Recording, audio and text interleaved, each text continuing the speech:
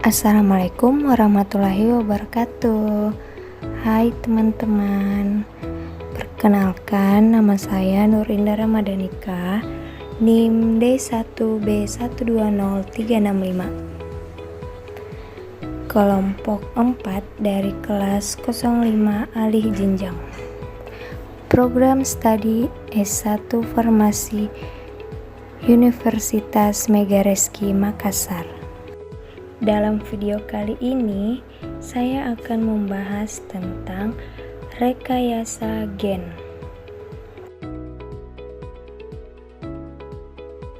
Pokok bahasan dalam video kali ini meliputi definisi, manfaat, cara kerja, kekurangan, kelebihan, mikroorganisme yang berperan, faktor-faktor, serta aplikasi dalam kehidupan sehari-hari.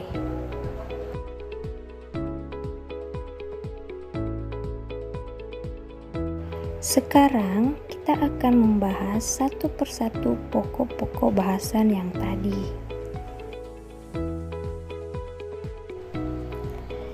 Rekayasa gen itu masuk ke dalam mata kuliah bioteknologi.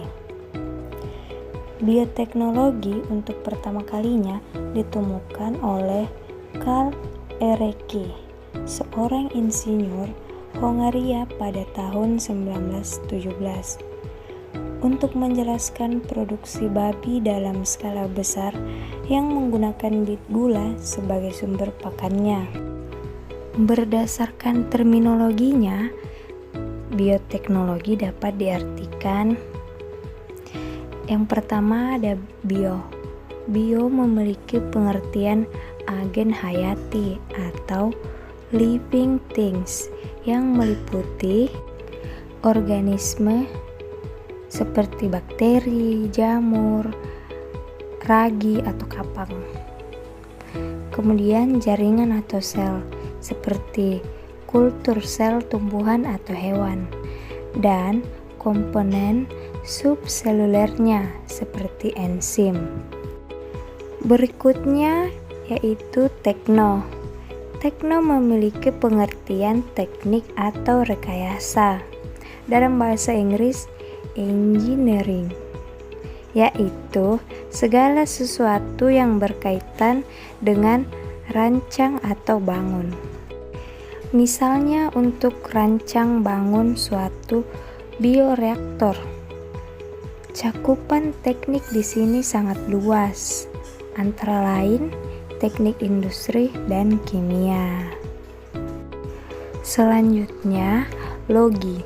Logi memiliki pengertian ilmu pengetahuan alam atau sains yang mencakup biologi, kimia, fisika, matematika, dan sebagainya. Ditinjau dari sudut pandang biologi atau biosains, maka bioteknologi merupakan penerapan dari biologi molekuler, mikrobiologi, biokimia, dan genetika, atau penerapan dari berbagai disiplin ilmu interdisipliner. Selanjutnya yaitu rekayasa genetika. Rekayasa genetika ini pokok paling utama dalam video kali ini. Rekayasa genetika merupakan salah satu dari sekian banyak variabel sains dan teknologi yang tetap memiliki banyak ambivalensi dalam aplikasinya terhadap kehidupan manusia. Di satu sisi, dia menawarkan kemudahan, dan di sisi lain, ia menyimpan potensi bagi ketimpangan dan kekhawatiran sosial. Absurdnya, hukum dan norma juga potensi akan nampaknya pelecehan etis dan degradasi moral. Selanjutnya, kita akan masuk dalam manfaat rekayasa gen. Melalui proses rekayasa genetika, kita akan mendapat berbagai manfaat sebagai berikut. Yang pertama, manfaat di bidang industri. Pada bidang industri, Prinsip rekayasa genetika dimanfaatkan dalam upaya pengkloningan bakteri di beberapa fungsi tertentu, seperti melarutkan logam yang diambil langsung dari perut bumi, menghasilkan bahan kimia sebagai bahan baku pemanis buatan, menghasilkan bahan mentah kimia seperti etilen untuk pembuatan plastik, dan lain sebagainya. Manfaat yang kedua itu di bidang farmasi. Dalam bidang farmasi, rekayasa genetika dimanfaatkan untuk usaha pembuatan protein yang dibutuhkan oleh tubuh. Protein ini mengandung gen hasil kloningan bakteri yang mempunyai peran mengontrol sintesis obat-obatan. Manfaat yang ketiga ada pada bidang kedokteran. Rekayasa genetika juga memberi kontribusi dalam perkembangan ilmu di dunia medis. Beberapa di antaranya yaitu rekayasa genetika untuk membuat insulin. Dahulu insulin diciptakan dari proses sintesis hewan mamalia. Namun, kini insulin bisa dihasilkan melalui pengkloningan bakteri tertentu. Menariknya, insulin yang dihasilkan memiliki kualitas lebih baik dan lebih bisa diterima oleh tubuh manusia dibanding insulin hasil sintesis hewan. Selanjutnya, rekayasa genetika untuk vaksin AIDS. AIDS adalah virus berbahaya yang menyerang sistem kekebalan tubuh manusia. Oleh sebab itu, para peneliti membuat suatu vaksin sebagai upaya mencegah penyebaran penyakit tersebut dengan cara memanfaatkan rekayasa genetika. Selanjutnya, rekayasa genetik untuk terapi gen. Ternyata, rekayasa genetika juga bisa dimanfaatkan sebagai upaya terapi kelainan genetik dengan menyisipkan beberapa gen duplikat. Pada prosesnya, gen duplikat ini dimasukkan secara langsung ke dalam sel seseorang yang tengah mengalami kelainan genetis. Manfaat rekayasa gen selanjutnya ada di bidang pertanian. Rekayasa genetis juga kerap digunakan dalam upaya penyisipan gen ke dalam sel-sel tumbuhan agar mendapat sejumlah keuntungan, seperti membantu menghasilkan tanaman yang memiliki kemampuan untuk menangkap cahaya lebih efektif. Dengan begitu, efisiensi fotosintesis pun semakin meningkat. Selanjutnya, membantu menggantikan pemakaian pupuk nitrogen yang harganya cenderung lebih mahal tapi banyak dibutuhkan oleh petani. Hal ini biasanya didapatkan melalui fiksasi nitrogen secara alamiah, seperti pada tanaman padi. Selanjutnya, membantu mendapatkan tanaman baru yang lebih menguntungkan melalui pencangkokan gen, seperti halnya pada golongan Solanaceae. Yang kelima, manfaat di bidang peternakan. Seperti halnya pemanfaatan rekayasa genetika di bidang pertanian, pada bidang peternakan juga dilakukan penyisipan gen ke dalam sel hewan tertentu dengan penerapan prinsip rekayasa yang sama. Contoh hewan yang paling banyak digunakan adalah sapi. Beberapa manfaat rekayasa genetika di bidang peternakan adalah yaitu berhasil memperoleh vaksin yang mampu mencegah terjadinya diare parah pada anak babi. Kemudian, berhasil memperoleh vaksin yang efektif terhadap penyakit kuku dan mulut pada hewan ternak seperti sapi, kambing, domba, dan babi.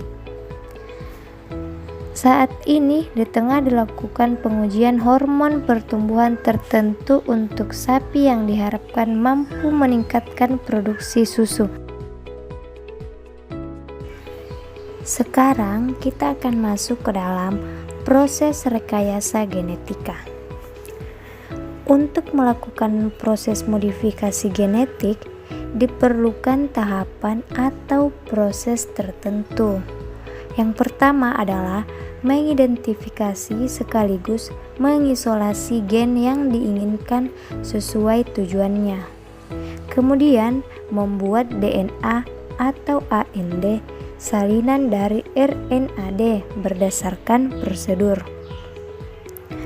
Setelah itu, proses rekayasa genetika berlanjut pada pemasangan cDNA pada cincin plasmid, lalu melakukan proses penyisipan DNA rekombinan ke dalam tubuh atau sel bakteri yang telah disiapkan. Setelah itu, diteruskan dengan membuat klon organisme yang mengandung DNA rekombinan sebelum akhirnya dilakukan pemanenan produk. Adapun kelebihan rekayasa genetika. Yang pertama, tanaman hasil rekayasa genetika biasanya tahan lebih lama terhadap hama serta dapat meningkatkan hasil panen. Yang kedua, mamalia GMO seperti tikus dan kelinci digunakan dalam penelitian kesehatan. Yang ketiga, virus dimodifikasi secara genetik yang digunakan dalam terapi gen untuk memberikan gen ke dalam tubuh manusia yang dapat menyembuhkan penyakit manusia. Yang keempat, insulin sintesis telah diproduksi dan digunakan dalam perawatan pasien diabetes. Hal tersebut menjadi rekayasa genetik. Selain mempunyai kelebihan, rekayasa genetik juga tentu mempunyai kekurangan. Yang pertama yaitu keseimbangan ekosistem bisa terganggu karena dominasi GMO atas spesies alami.